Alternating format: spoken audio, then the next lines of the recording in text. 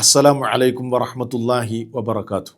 സ്നേഹാദരണീയരായ സഹോദരങ്ങളെ, സുഹൃത്തുക്കളെ, Abu Dhabi big ടിക്കറ്റിലൂടെ 59 കോടി ലോട്ടറി അടിച്ച ഒരു മലയാളിയെ സംബന്ധിച്ചുള്ള വാർത്ത കഴിഞ്ഞ ദിവസം നമ്മൾ കണ്ടു.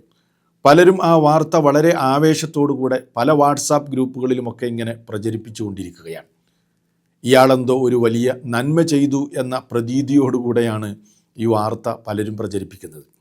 മാത്രമല്ല, ഈ ഒരു സംഭവത്തോട് ഈ ഉമ്മത്തിലെ പലരും പ്രതികരിക്കുന്നത് വളരെ സന്തോഷത്തോടു കൂടിയാണ്. ഈ വാർത്ത കേൾക്കുമ്പോൾ ചിലരൊക്കെ പറയുന്നത് മാഷാ അല്ലാ എന്നാണ്. ഇങ്ങനെയൊരു സംഭവം ഉണ്ടായപ്പോൾ ഈ മലയാളിയുടെ കുടുംബവും അതുമായി ബന്ധപ്പെട്ട ആളുകളുടെയും ഒക്കെ പ്രതികരണം കണ്ടിരുന്നു. എങ്ങനെയാണ് മറ്റുള്ളവർ പ്രതികരിച്ചത് എന്ന് ചോദിക്കുമ്പോൾ മാഷാ അല്ലാ പറഞ്ഞു എന്നാണ് കുട്ടി പറയുന്നത്. കുടുംബമൊക്കെ വളരെ സന്തോഷത്തോടു കൂടെയാണ് ഈ ഒരു വാർത്തയെ സ്വാഗതം ചെയ്യുന്നത്. അത് കണ്ടപ്പോൾ സത്യത്തിൽ വളരെയധികം വിഷമം തോന്നി. നിങ്ങൾ ആ വാർത്ത ഒന്ന് കണ്ടു നോക്കൂ. അബുദാബി ബിഗ് ടിക്കറ്റിന്റെ പ്രൈസ് ആയിട്ടുള്ള 59 കോടി രൂപയോളം ലഭിച്ചിട്ടുള്ള ആഷിഖിന്റെ വീട്ടിലാണ് ഞാൻ ഇപ്പോൾ ഉള്ളത്. ആഷിഖിന്റെ ബന്ധുക്കൾ, ഉപ്പ, ഉമ്മ ഒക്കെ ഉണ്ട് ഇവിടെ. എങ്ങനെയാ വിളിച്ചു പറയുകയാണ് ഉണ്ടായത്? വിളിച്ചു പറഞ്ഞ. അപ്പം ആഷിഖ് സ്ഥിരമായിട്ട് ടിക്കറ്റ് എടുക്കുമായിരുന്നോ? ടിക്കറ്റ് എടുക്കലുണ്ട്. എന്താ ഉമ്മയ്ക്ക് തോന്നുന്നേ?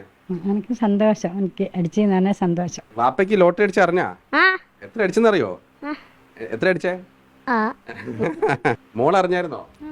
എന്ത് പറഞ്ഞു പറഞ്ഞില്ല. കൂട്ടുകാരൊക്കെ അറിഞ്ഞോ? അറിഞ്ഞു, കുറച്ചാളി. എല്ലാവരും എന്താ പറയുന്നത് ഇപ്പോ? ആഷിഖിന്റെ വൈഫ് കൂടെ ഉണ്ട്. ആഷിഖ് വിളിക്കണ്ടല്ലേ?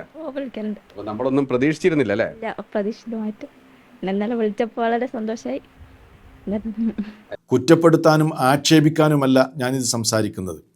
ഈ രൂപത്തിൽ ഒരു തിന്മയെ വളരെ ലാഘവത്തോടുകൂടെ ഈ ഉമ്മത്തിലെ മെമ്പർമാർ നോക്കിക്കാണുന്നു എന്ന് കണ്ടപ്പോൾ അതിനെ സംബന്ധിച്ച് ചില കാര്യങ്ങൾ പറയാതിരിക്കാൻ യാതൊരു നിർവാഹവുമില്ല. ഇപ്പോഴും നമ്മുടെ സമുദായത്തിന് ഇതുപോലെയുള്ള ഹറാമുകളുടെ അതല്ലെങ്കിൽ തിന്മകളുടെ അപകടം മനസ്സിലായിട്ടില്ല എന്നത് ഏറെ സങ്കടകരമാണ്. ലോട്ടറിയും ചൂതാട്ടവുമൊക്കെ വേഷപ്പകർച്ച സ്വീകരിച്ച് അതല്ലെങ്കിൽ വേഷം മാറിയപ്പോൾ അതിനൊക്കെ ഇന്ന് വലിയൊരു സ്വീകാര്യത ലഭിച്ചുകൊണ്ടിരിക്കുകയാണ്. അതൊക്കെ ഹലാലാണ് എന്നാണ് ഈ ഉമ്മത്തിലെ പല ആളുകളും വിചാരിച്ചു കൊണ്ടിരിക്കുന്നത്. ഇത്തരം വൈറസുകൾ നമ്മുടെ സമുദായത്തെ കാർന്ന് തിന്നുകൊണ്ടിരിക്കുകയാണ്, വല്ലാതെ ബാധിച്ചു കൊണ്ടിരിക്കുകയാണ്. അതുകൊണ്ട് തന്നെ ഇതിൻ്റെ അപകടം നമ്മൾ മനസ്സിലാക്കേണ്ടതുണ്ട്. എന്താണ് ഈ ലോട്ടറി എന്ന് പറഞ്ഞാൽ? വിശുദ്ധ ഖുർആൻ അതിനെ സംബന്ധിച്ച് പരിചയപ്പെടുത്തിയത് മൈസിർ എന്നാണ്. മൈസിർ എന്ന പദമാണ് ഖുർആൻ ഉപയോഗിച്ചത്. മൈസിർ എന്ന് പറഞ്ഞാൽ എളുപ്പത്തിൽ പണമുണ്ടാക്കുന്ന ഏത് വഴിക്കും മൈസിർ എന്നാണ് പറയുക. അതായത് ലാഭനഷ്ടങ്ങൾ പ്രതീക്ഷിച്ചുകൊണ്ട് ഏർപ്പെടുന്ന എല്ലാ കളിയും അത് മൈസിറിൻ്റെ പരിധിയിൽ വരും. നമ്മൾ മനസ്സിലാക്കണം ഇതിൻ്റെ അപകടം. എന്തുകൊണ്ടാണ് ഇസ്ലാം ഇതിനെ നിരോധിക്കുന്നത്? ഇതിൻ്റെ അപകടം എന്താണ്? എല്ലാം ഈ സമുദായം കൃത്യമായി മനസ്സിലാക്കേണ്ടതുണ്ട്. മൈസിർ എന്ന് പറഞ്ഞാൽ മറ്റൊരാളുടെ കയ്യിലുള്ള പണം, മറ്റൊരുത്തൻ്റെ കയ്യിലുള്ള പണം, അത് യാതൊരു അധ്വാനവുമില്ലാതെ, പ്രത്യേകിച്ച് അധ്വാനങ്ങളൊന്നുമില്ലാതെ ചില തന്ത്രങ്ങളിലൂടെ കൈക്കലാക്കുന്നതിനാണ് മൈസിർ എന്ന് പറയാം. ഈ മൈസിറിൻ്റെ ഗണത്തിൽപ്പെടുന്നതാണ് ഇന്ന് കാണുന്ന ലോട്ടറി, ചൂതാട്ടം, വാതുവെപ്പ്, അതേപോലെ ബിഗ് ടിക്കറ്റ്. ഇതൊക്കെ ക്യാഷ് കൊടുത്തിട്ടാണ് നമ്മൾ ഈ ടിക്കറ്റ് എടുക്കുന്നത്. എന്നിട്ട് ഭാഗ്യം പരീക്ഷിക്കുകയാണ്. പലരും ഇതിൻ്റെ പിറകിലാണ്. വർഷങ്ങളായി 10 കൊല്ലവും 15 കൊല്ലവും ഒക്കെ ഈ ടിക്കറ്റ് എടുത്ത് വളരെ പ്രതീക്ഷയോടുകൂടെ പലരും കാത്തിരിക്കുകയാണ്. ഖുർആൻ ഇതിനെ വളരെ ഗൗരവത്തോടു കൂടെയാണ് നോക്കിക്കണ്ടിരിക്കുന്നത്. നോക്കൂ നിങ്ങൾ, വിശുദ്ധ ഖുർആനിലെ സൂറത്തുൽ മാഇദയിൽ അല്ലാഹു സുബ്ഹാനഹു വ തആല ഇത്തരം തിന്മകളെ സംബന്ധിച്ച് വളരെ ഗൗരവത്തോടുകൂടെ നമുക്ക് മുന്നറിയിപ്പ് നൽകുന്നുണ്ട്. യാ അയ്യുഹല്ലദീന ആമനു, സത്യവിശ്വാസികളെ, ഇന്നമൽ ഖംറു, തീർച്ചയായും മദ്യവും, വൽ മൈസിറു, ചൂതാട്ടവും. നോക്കൂ നിങ്ങൾ, മദ്യത്തോട് ചേർത്ത് പറയാണ് ചൂതാട്ടത്തെ. ചൂതാട്ടം എന്ന് പറഞ്ഞാൽ ഈ പറഞ്ഞ സംഗതികളൊക്കെ അതിൽ ഉൾപ്പെടും. ആ മൈസിറും, വൽ അൻസാബു, പ്രതിഷ്ഠകളും, വൽ അസ്ലാമു, പ്രശ്നം വെച്ചു നോക്കാനുള്ള അമ്പുകോലുകളും, റിജ്സും മിൻ അമലി ശൈത്വാൻ, അതൊക്കെ പൈശാചികമായ സംഗതികളാണ്. അതുകൊണ്ട് എന്താണ് അത് ചെയ്യേണ്ടത്? വിശ്വാസികളെ, ഫജ്തനിബൂഹു, അപ്പോൾ നിങ്ങൾ അതിനെ ഒഴിവാക്കണം. ലഅല്ലക്കും തുഫ്ലിഹൂൻ, നിങ്ങൾ വിജയികളായേക്കാം. അപ്പോൾ വിജയം പ്രതീക്ഷിക്കുന്ന, ദുനിയാവിലും ആഖിറത്തിലും അള്ളാഹുവിൻ്റെ സഹായവും വിജയവും ലഭിക്കണമെന്ന് ആഗ്രഹിക്കുന്ന സത്യവിശ്വാസികൾ, മുസ്ലിമീങ്ങളോടാണ് പറയുന്നത്, നിങ്ങൾ ഇതെല്ലാം ഒഴിവാക്കണം. മദ്യം, അതുമായി ബന്ധപ്പെട്ടത്, ചൂതാട്ടവുമായി ബന്ധപ്പെട്ടതെല്ലാം, അതേപോലെ തന്നെ പ്രതിഷ്ഠകൾ, പ്രശ്നം വെച്ച് നോക്കാനുള്ള അമ്പുകോലുകളെല്ലാം, അതെല്ലാം ഒഴിവാക്കണമെന്ന് വിശുദ്ധ ഖുർആൻ വളരെ കൃത്യമായി പറയുകയാണ്. അപ്പം ഇത് പറയുമ്പോൾ ഷെയ്ത്താൻ പലരുടെയും മനസ്സിൽ പല ന്യായങ്ങളും തോന്നിപ്പിക്കും. എന്താ ലോട്ടറി കൊണ്ടും ഇതേപോലെയുള്ള ബിഗ് ടിക്കറ്റ് കൊണ്ടൊക്കെ ഒരുപാട് ഗുണം നമ്മുടെ സമൂഹത്തിന് കിട്ടുന്നില്ലേ? ചിലർക്കെങ്കിലും പണക്കാരാകാൻ കഴിയുന്നില്ലേ? അതുപോലെ തന്നെ ധാരാളം ആളുകൾ ഇത്തരം സംവിധാനങ്ങളിൽ ജോലി ചെയ്ത് ജീവിക്കുന്നില്ലേ? അവരുടെ കുടുംബം പോറ്റുന്നില്ലേ? അതല്ലെങ്കിൽ നാട്ടിൽ ലോട്ടറി ടിക്കറ്റ് വിറ്റ് ജീവിക്കുന്ന ധാരാളം ആളുകളില്ലേ? അവരുടെ കുടുംബം പുലർന്നു പോകുന്നില്ലേ? ഇതേപോലെ തന്നെ പല ലോട്ടറികൾ കൊണ്ടും സമൂഹത്തിൽ ചാരിറ്റി നടത്തുന്നില്ലേ? പാവപ്പെട്ടവരെ സഹായിക്കുന്നില്ലേ? എന്നൊക്കെ ന്യായവാദങ്ങൾ നിരത്തിക്കൊണ്ട് ഇത്തരം സംവിധാനങ്ങൾ പുതിയ പേരിലും പുതിയ വേഷത്തിലും പണ്ട് ചൂതാട്ടമായിരുന്ന അതല്ലെങ്കിൽ വാതുവെപ്പായി അറിയപ്പെട്ടിരുന്ന പല സംഗതികളും ആധുനിക മോഡലിൽ പുതിയ പുതിയ പേരുകളിൽ വരുമ്പോൾ അതിനെ ന്യായീകരിക്കുകയും അതിനൊക്കെ പുതിയ അഡ്രസ്സ് ഉണ്ടാക്കി കൊടുക്കുകയും മുസ്ലിം സമുദായത്തിലെ മെമ്പർമാർ യാതൊരു ഉളുപ്പുമില്ലാതെ ഇത്തരം സംഗതികളുടെ പിറകിൽ പോയിക്കൊണ്ടിരിക്കുകയും ചെയ്യുന്ന ദുരന്തപൂർണമായ ഒരു അവസ്ഥയാണ് നമ്മുടെ സമൂഹത്തിൽ നമ്മൾ കാണുന്നത്. അത്തരക്കാരോട് പറയാനുള്ളത് എന്താണെന്നറിയോ? ഇന്നിപ്പോൾ നിലവിലുള്ള ഈ ലോട്ടറികളൊക്കെ ഉണ്ടല്ലോ, ചൂതാട്ടങ്ങളൊക്കെ ഉണ്ടല്ലോ, ഈ ബിഗ് ടിക്കറ്റുകളൊക്കെ ഉണ്ടല്ലോ, ഇതിനേക്കാൾ മാനവികമായ ഒരു ലോട്ടറി, ഇതിനേക്കാൾ മനുഷ്യപ്പറ്റുള്ള ഒരു ലോട്ടറി അള്ളാഹുവിൻ്റെ പ്രവാചകൻ വരുന്ന കാലഘട്ടത്തിൽ ജാഹിലിയ കാലഘട്ടത്തിലുള്ള അറബികളിലുണ്ടായിരുന്നു. ആ ലോട്ടറി പാടില്ല എന്ന് പറഞ്ഞുകൊണ്ടാണ് വിശുദ്ധ ഖുർആനിൽ ഇത്തരം വചനങ്ങൾ അവതരിച്ചിട്ടുള്ളത്. ആ ലോട്ടറി എന്തായിരുന്നു? ഇതിനേക്കാൾ മനുഷ്യർക്ക് ഉപകാരമായിരുന്നു, ഇതിനേക്കാൾ പ്രയോജനമായിരുന്നു. പക്ഷേ അതിൽ ചില തിന്മകളുണ്ട്, അതിൽ ചില പ്രശ്നങ്ങളുണ്ട്, അതിലുള്ള നന്മകളെക്കാൾ അതിൽ ചില അപകടങ്ങളുണ്ട് എന്നതുകൊണ്ട് ആ ലോട്ടറിയെ ഇസ്ലാം എതിർത്തു. എന്തായിരുന്നു ആ ലോട്ടറി? അത് നമുക്ക് ചെറിയ തോതിലൊന്ന് മനസ്സിലാക്കാം. ജാഹിലിയ കാലഘട്ടത്തിൽ കുറച്ച് അറബികൾ ഒരുമിച്ച് കൂടിയിട്ട് അവരൊരു ഒട്ടകത്തെ കൊണ്ടുവന്ന് അറുക്കും. എന്നിട്ട് ആ ഒട്ടകത്തിൻ്റെ മാംസം 28 വിഹിതമാക്കി മാറ്റും അവർ. എന്നിട്ട് അവർ സാധാരണ ഉപയോഗിക്കുന്ന അമ്പുകോലുകളിൽ ഒരു 10 അമ്പുകോലെടുക്കും അവർ.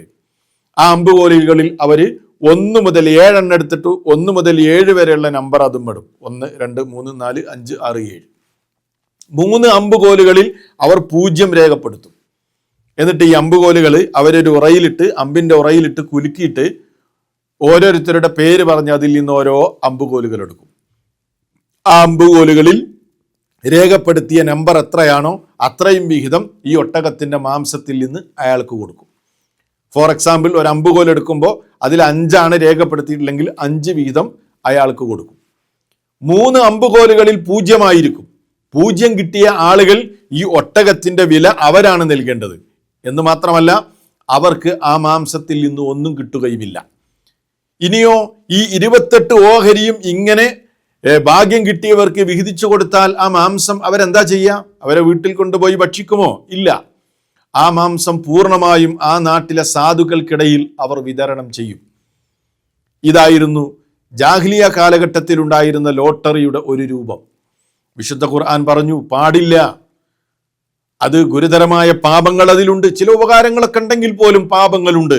ഖുർആനിലെ 2-ാം അധ്യായം സൂറത്തുൽ ബഖറ 219-ാമത്തെ വചനം, യസ്അലൂനക നബിയെ അവർ നിങ്ങളോട് ചോദിക്കുന്നു, അനിൽ ഖംരി വൽ മൈസിരി, മദ്യത്തെക്കുറിച്ചും ചൂതാട്ടത്തെക്കുറിച്ചും നിങ്ങളോട് അവർ ചോദിക്കുകയാണ്. അത് പറ്റുമോ? ഞങ്ങൾക്കത് ചെയ്യാൻ പറ്റുമോ? അതിലെന്തെങ്കിലും കുഴപ്പമുണ്ടോ എന്നവർ നിങ്ങളോട് വന്ന് ചോദിക്കുന്നു. കുൽ, പറയൂ നബിയെ അവരോട്, ഫീഹിമ, അവ രണ്ടിലും, മദ്യത്തിലും ചൂതാട്ടത്തിലും, ഇസ്മുൻ കബീർ, വലിയ പാപമുണ്ടതിൽ, വമനാഫിഉ ലിന്നാസ്, എന്നാൽ ജനങ്ങൾക്ക് ചില പ്രയോജനങ്ങളും അതിലുണ്ട്.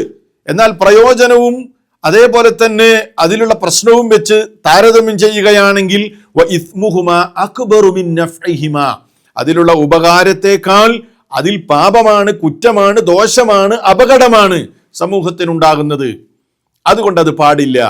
മാത്രമല്ല എണ്ണി ഖുർആൻ പറയാണ് എന്തുകൊണ്ടാണ് ലോട്ടറിയും മദ്യവും ഒന്നും പാടില്ലെന്ന് പറയുന്നത്. സൂറത്തുൽ മാഇദയിൽ വീണ്ടും അല്ലാഹ് പറയുന്നുണ്ട്, ഇന്നമാ യുരീദു ശൈത്വാൻ, പിശാച് ഉദ്ദേശിക്കുന്നു എന്ത്? അയ്യൂഖിഅ ബൈനകുമുൽ അദാവത വൽ ബഗ്ളാഅ ഫിൽ ഖംരി വൽ മൈസിർ, മദ്യത്തിലൂടെയും ചൂതാട്ടത്തിലൂടെയും നിങ്ങൾക്കിടയിൽ വിദ്വേഷമുണ്ടാക്കാൻ, നിങ്ങൾക്കിടയിൽ ശത്രുതയുണ്ടാക്കാൻ, നിങ്ങൾക്കിടയിൽ അടിപിടി ഉണ്ടാക്കാൻ പിശാച് ഉദ്ദേശിക്കുകയാണ്. വയസുദ്ദക്കും അൻ ദിക്രില്ലാ, ഈ ലോകത്തിന്റെ സൃഷ്ടാവിനെ കുറിച്ചുള്ള ഓർമ്മ അതിൽ നിന്ന് നിങ്ങളെ ഈ മദ്യവും ചൂതാട്ടവും തടയും. വഅനിസ്സലാത്തി, നമസ്കാരത്തിൽ നിന്ന് മദ്യവും ചൂതാട്ടവും നിങ്ങളെ തടയും. ഫഹൽ അൻതും മുൻതഹൂൻ, നിങ്ങൾക്ക് ഈ തിന്മകളെ ഒഴിവാക്കാൻ സമയമായില്ലേ? ഖുർആനിന്റെ ചോദ്യമാണ്. എത്ര കൃത്യമാണ്, അല്ലേ? ആലോചിച്ചു നോക്കൂ, നിങ്ങൾ ചിന്തിച്ചു നോക്കൂ. മദ്യവും ചൂതാട്ടവും ഒക്കെ നടക്കുന്നിടത്ത് ശത്രുതയുണ്ടാകും, അസൂയയുണ്ടാകും, അടിപിടിയുണ്ടാകും, അതേപോലെ തന്നെ പ്രശ്നങ്ങൾ ഉണ്ടാകും. ഉണ്ടാവാറില്ലേ? ഉണ്ടാകാറുണ്ട്. ചൂതാട്ടൊക്കെ നടക്കുന്നിടത്ത്, വാതുവെപ്പ് നടക്കുന്നിടത്ത് ഒക്കെ ഉണ്ടാവാറുണ്ട്. ഇതിൽ വിശുദ്ധ ഖുർആനിന്റെ കൃത്യമായ പ്രയോഗമാണ്. അതുകൊണ്ട് മാത്രമല്ല ഇത് പാടില്ല എന്ന് പറയുന്നത്. ഇത് വലിയ ചൂഷണമാണ്. ലോകത്ത് നടക്കുന്ന സർവ്വ ചൂഷണങ്ങളെയും എതിർത്ത മതമാണ് ഇസ്ലാം. നമ്മൾ ശരിക്കും മനസ്സിലാക്കണം. എന്താണ് ഇതിൽ ചൂഷണം? ലക്ഷക്കണക്കിന് കോടിക്കണക്കിന് ആളുകളുടെ പണം ഇത്തരം ബിഗ് ടിക്കറ്റിലൂടെ, ലോട്ടറിയിലൂടെ നഷ്ടമാകുന്നുണ്ട്. 1-2 ആളുകൾക്ക് കിട്ടിയേക്കാം. പക്ഷേ അതിനേക്കാൾ വലിയ പ്രശ്നം എന്താണ്? കോടിക്കണക്കിന്, ലക്ഷക്കണക്കിന് ആളുകൾ വളരെ പ്രതീക്ഷയോടുകൂടെ ടിക്കറ്റ് എടുക്കുമ്പോൾ അവരുടെ പണം ഇതിലൂടെ എന്ത് ചെയ്യാണ്? നഷ്ടമാകുകയാണ്. മാത്രവുമല്ല, അധ്വാനം കൂടാതെ പണം ഉണ്ടാക്കാനുള്ള മനുഷ്യന്റെ മനസ്സിലുള്ള ആഗ്രഹവും തൃഷ്ണയും ഈ ലോട്ടറിയും ചൂതാട്ടവും ഒക്കെ അതിങ്ങനെ വീണ്ടും വീണ്ടും ത്രസിപ്പിച്ചുകൊണ്ടിരിക്കണം. മനുഷ്യന്മാർക്ക് ഇങ്ങനെ കിട്ടും കിട്ടും കിട്ടും എന്ന ആഗ്രഹം ഉണ്ടാക്കി കൊടുക്കും. ഈ ആഗ്രഹം ഉണ്ടാക്കുമ്പോഴുള്ള പ്രശ്നം എന്താണെന്നറിയോ? വീണ്ടും വീണ്ടും ലോട്ടറി എടുക്കും, വീണ്ടും വീണ്ടും ചൂതാട്ടം നടത്തും. അങ്ങനെ തൊലഞ്ഞു പോകും. 10 വർഷക്കായിട്ട് ടിക്കറ്റ് എടുക്കുന്ന ആൾക്കാർക്കാണ് ഇപ്പോൾ ഈ ലോട്ടറി അടിച്ചിട്ടുള്ളത്. ഇങ്ങനെ ഈ ലോട്ടറിയുടെ പിന്നാലെ പോകുന്ന ആളുകളെ നിങ്ങളുടെ നാട്ടിലുള്ളവരെ നിങ്ങൾ പരീക്ഷിച്ച് നോക്കൂ. എത്രയോ കൊല്ലക്കാലം ഇതിന്റെ പിന്നാലെ ഇതിന്റെ ഓഫർ നോക്കി നടക്കുകയായിരിക്കും. എത്ര രൂപയാണ് ഇതിനൊക്കെ കൊടുക്കുന്നത്? ഓഫറുള്ള സമയത്ത് തന്നെ 3 ബിഗ് ടിക്കറ്റിന്റെ ഒക്കെ വില എത്രയാണ്? വലിയ വലിയ വില കൊടുത്തിട്ടാണ് ഇത് എടുക്കുന്നത്. 10 കൊല്ലമൊക്കെ ഇതിന്റെ പിന്നാലെ ഈ ടിക്കറ്റ് എടുത്ത് ജീവിക്കുന്ന ആൾ അയാളുടെ കുടുംബം പോറ്റേണ്ട ധനം, സമൂഹത്തിനും അയാൾക്കും ഉപകാരപ്പെടേണ്ട ധനം ഇതിനു വേണ്ടി അയാൾ ദൂർത്തടിക്കുകയാണ്. എന്താണ് ഇത് മനസ്സിലാക്കാത്തത്? അങ്ങനെ അയാളുടെ വലിയ സാമ്പത്തിക നഷ്ടം ഓരോ കുടുംബത്തിനും ലോകത്തിന് ഇതിലൂടെ ഉണ്ടാവുകയാണ്. സമൂഹത്തിന് ദോഷമല്ലേ? കാരണം എന്താ? എനിക്ക് കിട്ടും, എനിക്ക് കോടികൾ കിട്ടും. കോടികൾ കിട്ടിയാൽ പിന്നെ എൻ്റെ എല്ലാ കാര്യങ്ങളും നടക്കുമല്ലോ. ശൈത്വാൻ ഇതിങ്ങനെ കത്തിച്ചു കൊടുക്കും. ഇയാൾ ഈ ടിക്കറ്റിന്റെ പിന്നാലെ പോകും. ചിലർക്ക് ഇത് തീരെ കിട്ടൂല. കിട്ടുന്നവരുടെ അവസ്ഥയാണിത്. ആലോചിച്ച് നോക്കൂ. ഇതാണ് സമൂഹത്തിൽ ഉണ്ടാകുന്നത്. മാത്രമല്ല, ഇവിടെ നമ്മുടെ രക്ഷിതാവ് പ്രപഞ്ചനാഥൻ ഈ പ്രപഞ്ചത്തിന് ഒരു വ്യവസ്ഥിതി ഉണ്ടാക്കിയിട്ടുണ്ട്. അതെന്താണ്? അധ്വാനിച്ചുകൊണ്ടാണ് പണം ഉണ്ടാക്കേണ്ടത്. അധ്വാനിക്കാതെ പണം ഉണ്ടാക്കാൻ ഒരുങ്ങിയാൽ ഇവിടെ എന്തൊക്കെ നടക്കുക? അധ്വാനിച്ചാണ് ജീവിക്കേണ്ടത്, അധ്വാനിച്ചാണ് പണം ഉണ്ടാക്കേണ്ടത് എന്ന പ്രാപഞ്ചിക സംവിധാനത്തെ തന്നെ ഈ ലോട്ടറിയും ഇതുപോലെയുള്ള ടിക്കറ്റുകളും ഒക്കെ തകർത്തെറിയുകയാണ്. അപ്പൊ ഇവിടുത്തെ സംവിധാനത്തിന് തന്നെ തകരാറുണ്ടാക്കുന്ന ഒരു സംഗതിയാണ്. അതുകൊണ്ട് ഒരു മുസ്ലിമിനെ സംബന്ധിച്ചിടത്തോളം ഇത് പാടില്ല. ഇത്തരം ടിക്കറ്റ് എടുക്കുകയും അതിൽ അടിക്കുകയും ഒക്കെ ചെയ്യുന്നത് മുസ്ലിമീങ്ങളാണ്. മുസ്ലിമിന്റെ പേര് കേൾക്കുമ്പോൾ തന്നെ ശരിക്കും അപമാനമാണ് ഈ ഉമ്മത്തിന്. ഇത്ര കൃത്യമായി ഈ വിഷയത്തിലൊക്കെ ദിശാബോധം നൽകിയ ഈ സമുദായത്തിലെ മെമ്പർമാരുടെ പേര് കേൾക്കുമ്പോൾ എത്രമാത്രം അപമാനമാണ് ഈ സമുദായത്തിന്. അതിൻ്റെ ഇത്തരം വാർത്തകൾ റിപ്പോർട്ട് ചെയ്യുന്ന ചില മീഡിയകളൊക്കെ അത് ലോട്ടറിയാണ് ഇങ്ങനെ പെരിപ്പിച്ച് പറഞ്ഞുകൊണ്ട് റിപ്പോർട്ട് ചെയ്യുന്നത് നമുക്ക് കാണാൻ കഴിയും. എത്രമാത്രം വേദനാജനകമായ സംഗതിയാണ്.